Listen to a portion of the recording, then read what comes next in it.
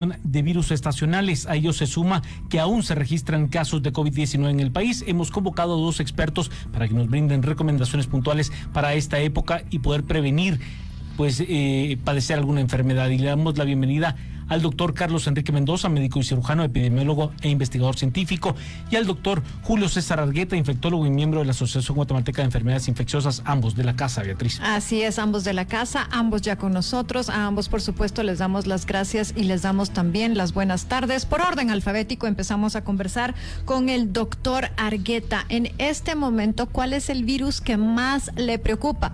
Dejemos el COVID, el coronavirus a un lado y díganos cuál es su mayor preocupación. Muy buenas tardes, doctor Argueta. Muchísimas gracias, les agradezco mucho por la invitación. Un saludo muy cordial para el colega Mendoza, amigo conocido de muchos años, y también a todos los radioescuchas que están pendientes de esta transmisión.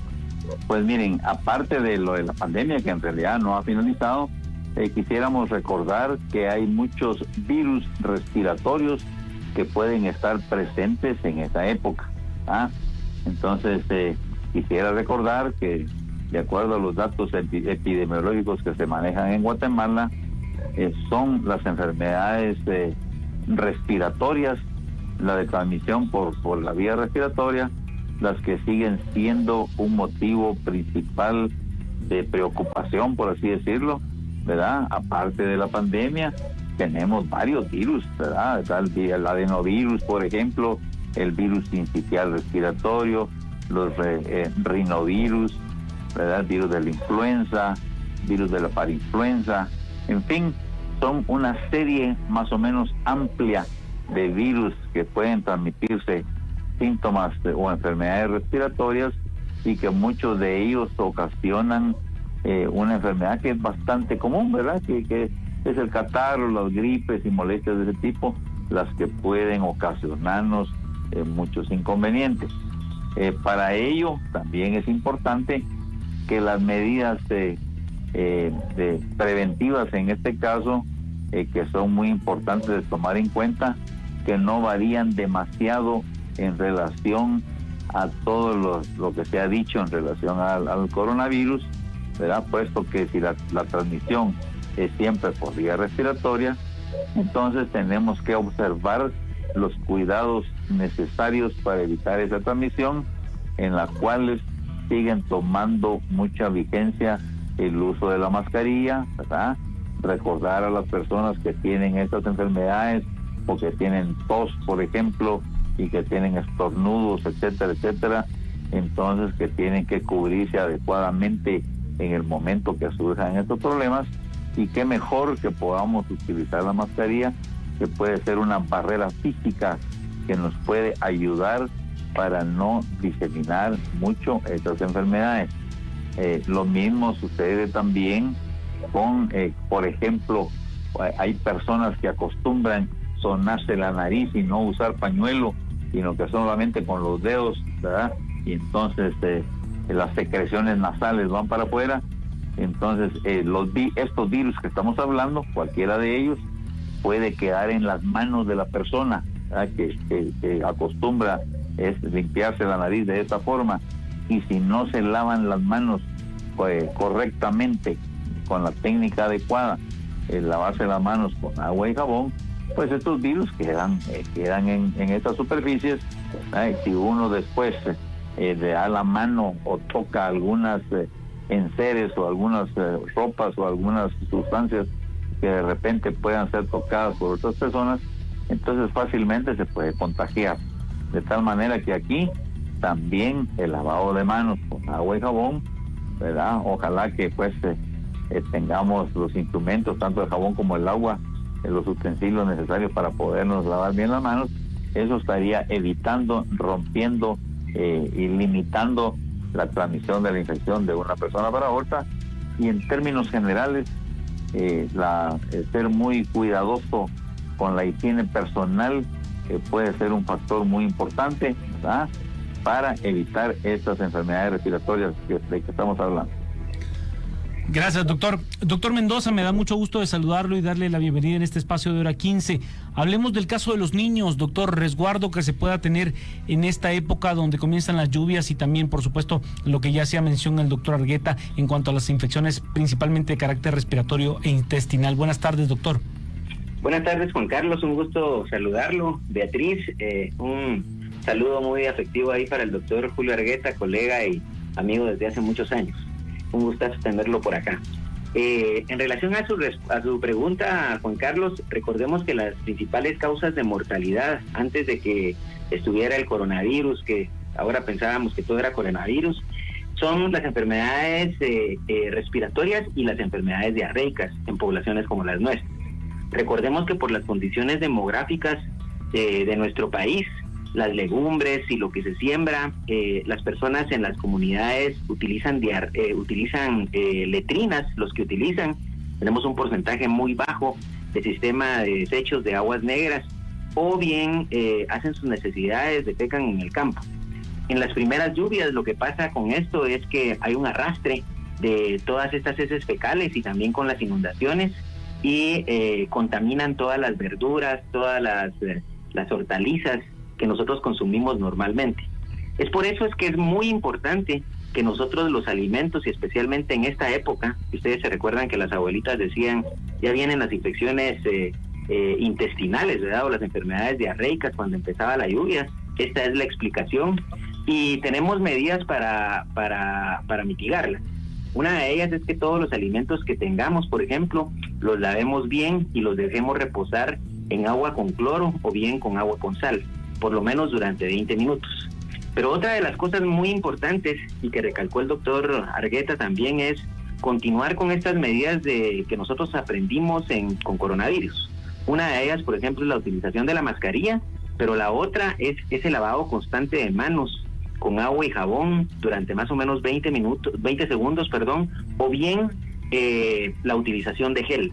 Yo creo que estas prácticas que nosotros aprendimos o reafirmamos, por ejemplo, con la pandemia, son prácticas que debemos de continuar porque lo hemos hablado en múltiples oportunidades, que no únicamente sirven para una enfermedad, sino que sirven para muchas enfermedades.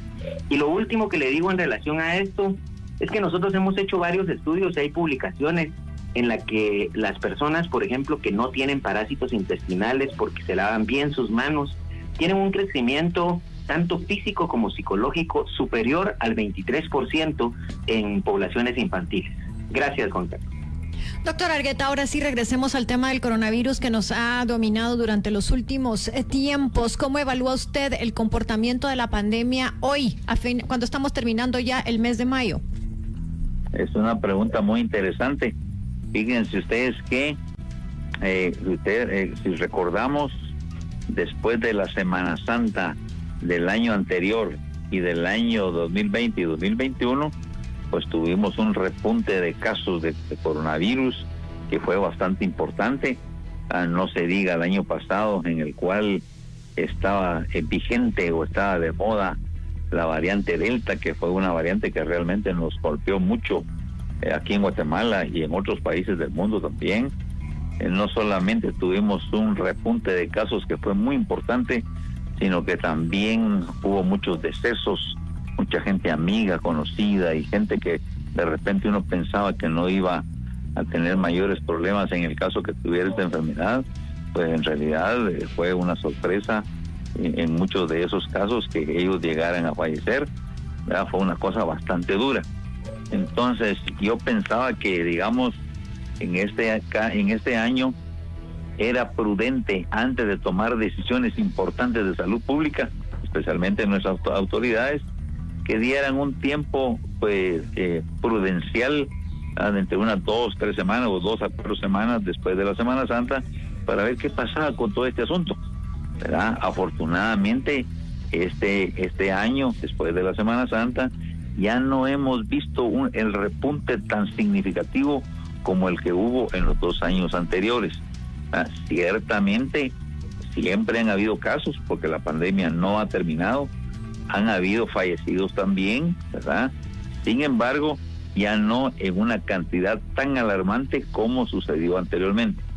Da la sensación a pesar de que no tenemos una cobertura de vacunación que supere el 50% de toda la población de Guatemala, da la impresión de que la enfermedad como está como en modo, ¿verdad?, más o menos tranquilo, por así decirlo, y que también la variante que todavía tiene vigencia actualmente, entonces no nos ha causado grandes estragos en relación principalmente a fallecimientos de las personas, o que éstas tengan necesidad de ingresar a los hospitales, tanto públicos como privados de Guatemala, sino que la gran mayoría de casos que se han enfermado de esta enfermedad, COVID-19, han permanecido en su casa, y con las medidas preventivas que se han anunciado hasta el cansancio, diría yo, no solamente actualmente, sino que previamente, las cosas han ido cambiando, se han ido mejorando, por así decirlo. Ya no es tan alarmante, ¿verdad? Entonces, y de alguna forma esto propicia también que haya una nueva normalidad en la cual tengamos que tomar todas las medidas preventivas para que las cosas vayan mejorando. Doctor Mendoza, a lo largo de la pandemia fuimos hablando acerca de pues esta capacidad instalada, que al menos así se planteó por parte del gobierno de la República. En buenos casos también fue capacidades instaladas de carácter temporal, pero ayer se hacía mención por parte del viceministro de Salud Pública de que habrían entre 150 y 200 casos a nivel nacional de espacios hospitalarios ocupados por personas padeciendo COVID-19. ¿Qué hacer con esa capacidad instalada? ¿Qué hacer con ese personal? ¿Qué hacer con los equipos que se adquirieron para enfrentar el problema de la pandemia? ¿Y cómo se pueden aprovechar de la mejor manera, doctor? Bueno, Juan Carlos, siempre hemos hablado que no únicamente para países como los nuestros, sino que a nivel mundial, la pandemia, no hubo un país que pudiera responder de forma apropiada, podríamos decir, inmediatamente cuando entró la pandemia. Esto nos dijo que nosotros la inversión que teníamos en salud era baja, ¿verdad? Máxime en países como los nuestros. Yo siempre pensé que, pues, en el momento de respuesta, pues era importante tener, por ejemplo, un parque de la industria, etcétera, pero en realidad nosotros deberíamos de dejar esa infraestructura a nivel nacional. Mire, le voy a poner un ejemplo, Juan Carlos. No sé si usted ha tenido la oportunidad de tener algún familiar o una persona cercana en algún hospital público. Mire, es tormentoso y los médicos escuchamos a cada momento que si les podemos hacer el favor de averiguar de un paciente, ¿verdad? Esto es triste. Usted, por ejemplo, yo tengo a una familiar ahorita en el centro médico y llaman a decir, por ejemplo, cómo está la paciente. Usted ni siquiera tiene que preguntar. Lo llaman cada 3 horas, ya despertó, fíjese que está comiendo bien.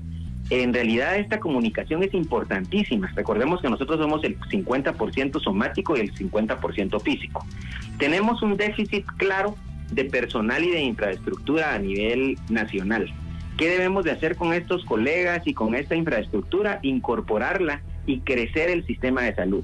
No podemos, pandemias van a seguir habiendo, problemas en salud vamos a seguir teniendo, pero no es posible que usted haga una cola inmensa o que se retire o que tenga que ir a gastarse el dinero que no tenga en servicios privados o de urgencia, cuando realmente esto debería de ser cubierto. Así que mi respuesta es que tenemos que aprender de la pandemia y tenemos que invertir mucho más en salud para poder tener una cobertura mejor. Vamos a la pausa, pero regresamos para seguir conversando con los 2 doctores que nos acompañan en este segmento de Hora 15. Así que seguiremos conversando con ellos, Juan Carlos. Quédese con nosotros a través del 89.7 de Emisoras Unidas.